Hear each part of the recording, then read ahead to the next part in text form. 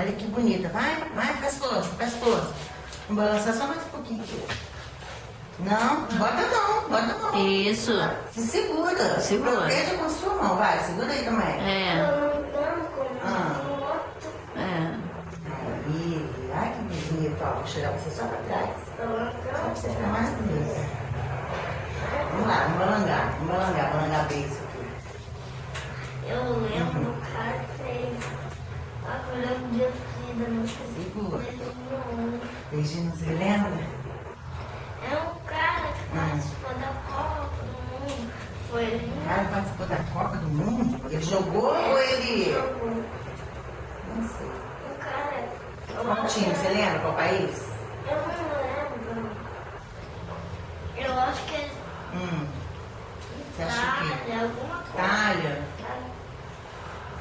Mas sim, foi Itália. O cara foi eliminado, né? Mas no dia que ele foi eliminado, ele fez beijo no ombro. É sério, ele. Um monte deles, o pessoal da Alemanha já conhecia um monte de música nossa aqui.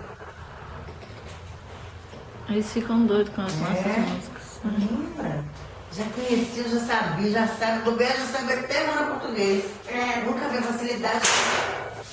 Até eu ver isso. Falei, ué, que é? A barriga. Essa gaiola tem que ser resistente, hein? Essa daqui eu gosto mais dessa que da outra. Mas eu acho que dá no mesmo, mas não sei por que eu gosto mais.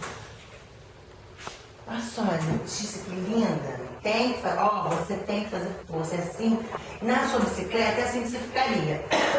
Seu triciclo. Mas aí, ele ainda tem uma coisa mais bacana ainda. Ele vem aqui e te segura aqui, não é? Lembra dessas coisas? Tem um encosto. Eu vou ver se eu pego lá na casa da avó dela, boto na caminhonete pra andar. Bota uma amiguinha atrás. Eu sei que tem cestinha, bota as florzinhas na cestinha, que bonito. Mas a Larissa é pesada. A Larissa é pesada. Ah, mas a Larissa te ajuda. É só pra você passear, tomar um vento na cara, sentar um pouquinho. Jesus,